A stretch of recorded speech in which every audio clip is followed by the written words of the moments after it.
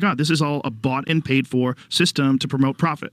And I think Jamal talked a little bit about this, but I think it's so important because nobody realizes this. I think a lot of people listening to us years ago, it's just like, this sounds conspiratorial.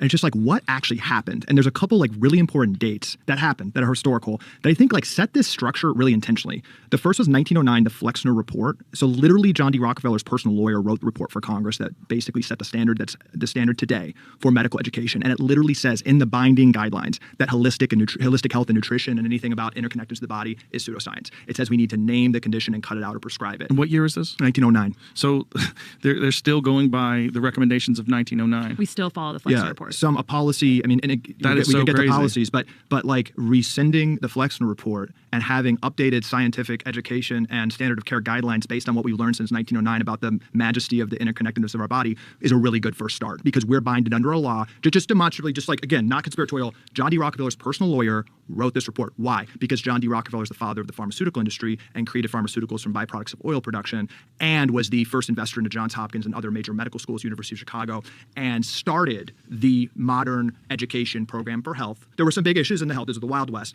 but he created Johns Hopkins and the standard of residency training as a way to silo diseases very intentionally and then prescribe his products and interventions as the top pharmaceutical maker. And the medical schools that he created were basically a distribution system to him. Okay, so you get to World War II.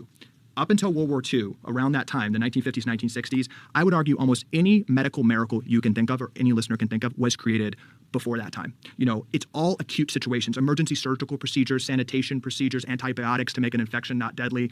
Almost every medical miracle we can think of was something that was going to kill you right away, infectious disease, and then you take the pill or take the treatment for a finite period of time and you stop it, or do the surgery quickly and you're cured. Those are medical miracles, and we had a lot of good things happen up until World War II. Very intentionally, the medical industry saw the birth control pill in the late 1950s, 1960s. And the birth control pill was the first pill in world history that people took for longer than a couple weeks. It was the first pill ever that is like, oh, interesting. You can actually convince someone to take a pill for years, for almost most of their life.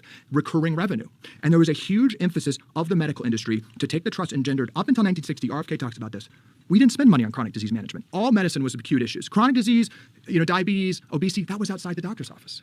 They saw that you could medicalize chronic conditions. Today, 95% of spending is on chronic conditions. So what do? In the 1970s, literally the Sackler family, their grandkids did the opioids. Their forebears created Valium.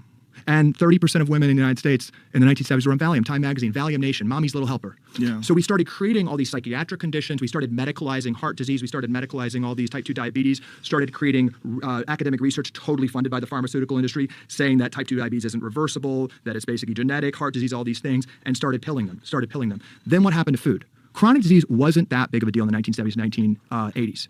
You look at the graph of all chronic conditions, there's just a sharp turn in the 1980s.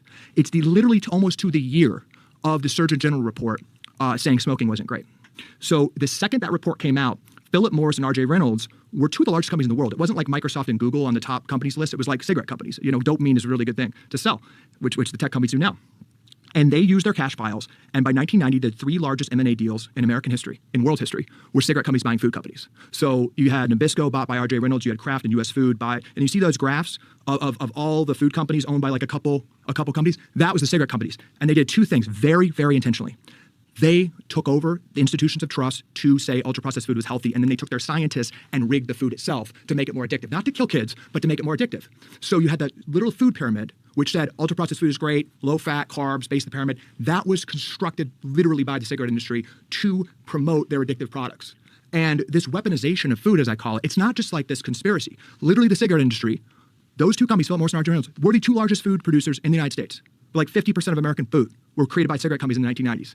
And they have got us addicted and weaponized this food, and all chronic conditions have just shot up. It's because that ultra-processed food, literally, by tobacco industry scientists, hijacks our evolutionary biology. Again, you can't overeat grass-fed steak, but these food, with scientists much smarter than any of us, that's what they're doing. They're shutting off our satiety signals. The byproduct of this cheap addictive food, which we don't even have research for yet, is that it's sprayed with all these chemicals. It's sprayed with 10,000 chemicals that are allowed in the United States when only 400 are allowed in Europe. All these chemicals to make the food addictive, to make the food cheap, to do the monocropping. And that food is absolutely, and we don't need to wait for the research on this, these chemicals, these neurotoxins are destroying our cells, destroying our microbiome in ways we don't fully understand. So I just want to make clear to everyone, this has happened very intentionally.